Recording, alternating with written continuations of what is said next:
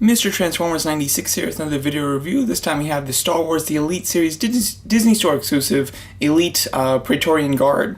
So going over the packaging here, this is the only figure that I picked up from the Elite Series. I do want to get the others minus R2-D2. However, I am going to wait until they're on sale because the Elite Series figures, if you wait a couple months, they always go on sale and, you know, they can get pretty low. I brought when I brought this guy, I brought some other Rogue One figures there, and they had them for $350, so, you know, they can get pretty cheap. But overall, packaging is quite nice, although I do miss the fact that it doesn't have a strong color, you know, background, like just this one. You know, I did love the fact that you had the bright blue and then it was outlined in a metallic blue, and then the same thing for the Force Awakens but in red. I really liked that, and I was hoping that they would stick with that theming and give us another one with a new color, with either red to kind of go back to the new trilogy design, or to do a different color and then make it like green or something. That's really what I was hoping for this series, but unfortunately they didn't do that. They've made it more generic, which is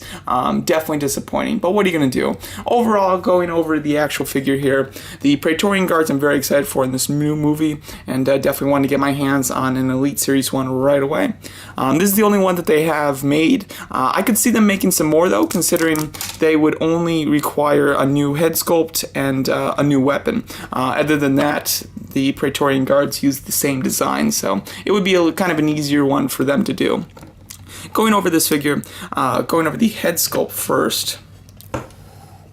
Alright, overall, I do like this head sculpt. I think it's very cool. It's very samurai-ish. There are some great lines in there and some great detail in the design of this helmet. However, it's not, they don't really pop at all. It would have been kind of nice if they put a little bit of a black wash in there just to really make that detail pop, because it's there, it's just you really can't see it unless you're looking very close, which is disappointing. The top section of the head is kind of this harder rubber, and unfortunately, because it's packaged with its head to the side, this side is kind of getting smashed into the package, and therefore it doesn't really go perfect. As you can see, it comes down on this side further than it does on this side, which is definitely disappointing. So I do kind of continually try to adjust it. However, it does kind of flip back into place, which is definitely disappointing.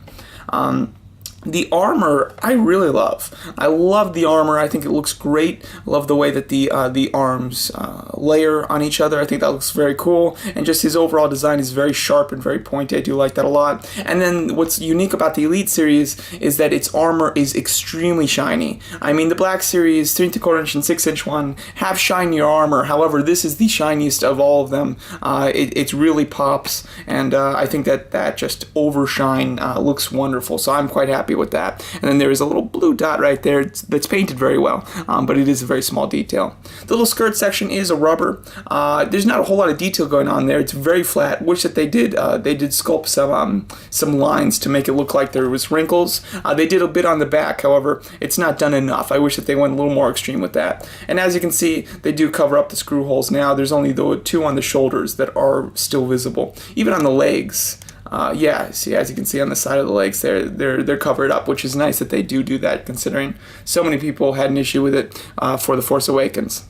The legs, I like the armor, the boots, I think look very good. The feet are quite nice, and then I know that a lot of people do complain about the Elite Series being able to stand, some of them having looser ankles. That is definitely not the case with this guy. I usually don't have that problem. I really only have that problem on one figure of mine, but I usually don't have the problem. But on this guy, his ankles are very tight, like overly tight, so you don't have to really worry about that. The thighs are they're quite thin, which look a little odd. However, when this is down, you don't even notice it, but when you just have this up, you do notice that the thighs do look pretty thin, and they are very clean. There's no detail on them at all. That's a huge issue, and that's something that the 3¼ inch one did correctly. Like, as you can see, look at some great detailing on the thighs there, which is obviously lacking on this Elite Series one, which is just definitely disappointing. Going over his articulation before we talk about his accessory, he's got a ball jointed head, which is on a very stiff joint, and it actually has a really good range to it. As you can see, you can get a great tilt there. He can look down a nice amount, he can look up, you know, pretty solid, and then of course side to side. Ball hinge shoulders, which can go up very nicely. Do be careful though of scratching the the arms together because it could chip the paint. Yeah, just single hinge elbows, but they go even more than 90 degrees, which is quite nice. Swivel at the wrist. He has a swivel at the thigh. Ball jointed hips, which can kick out very far. It doesn't really get hindered by this at all. And then they do go to the side just a bit.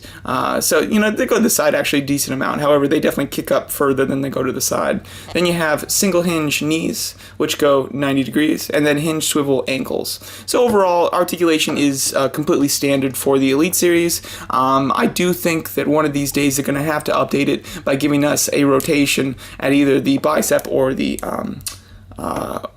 elbow, because not being able to have these characters hold their weapons with two hands or guns with two hands is a huge issue that is pretty easily fixed. I would even give up a bit of the leg articulation to have that. You know, I would give up the ankle articulation if they just gave us the swivel there, because you don't really need ankle articulation on these guys. You're not going to put them in super dynamic poses. However, to be able to hold their weapons in two hands would have been really nice. The blade itself, whoa, gotta really get them good here. All right, there you go.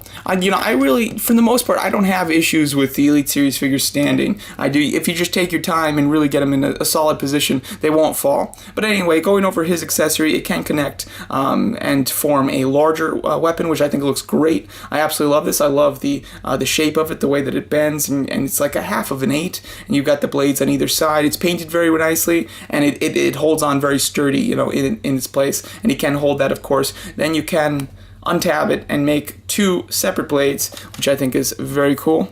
And of course he can hold that as well. And he can hold the weapons pretty nicely. If you're like posing them, they might fall out of his hands every now and then, but overall, you know, he can hold them well, so that does look cool. And as you can see, he looks pretty awesome with those blades. Get him to the side so you can really see him. Yeah, very nice indeed. So overall, I do like this figure. Also, it's obviously die-cast, so there's a hefty amount of weight to this guy. I believe the only things that aren't die-cast are the hands, the weapons, the head sculpt, and the feet. I think and obviously the skirt. Everything else is die-cast. It feels you know, very cold, which I do like, and it does feel extremely heavy as well, which is standard for the Elite Series. Giving you a quick comparison here. With the 3 3/4 inch Praetorian guard. It's the only other Praetorian guard that I have at the moment. I did purchase the Black Series one, but it is not here yet, so you know, I'll be able to compare them together in the Black Series review, all 3 of these. But overall, I do like this Praetorian Guard figure. Do I think it's worth $27? No, just because the Elite Series has proven that it doesn't need to cost that much, considering they always go on sale. So I wouldn't recommend buying these characters on full price for many reasons. I mean, the only reason that I paid full price for this one was, first of all, I was kind of excited to get a Praetorian Guard figure, just in general, of any series. So I was excited about that. I wanted to physically buy something on Force Friday because I was doing most of my purchasing online. So to actually get something in stores was really fun.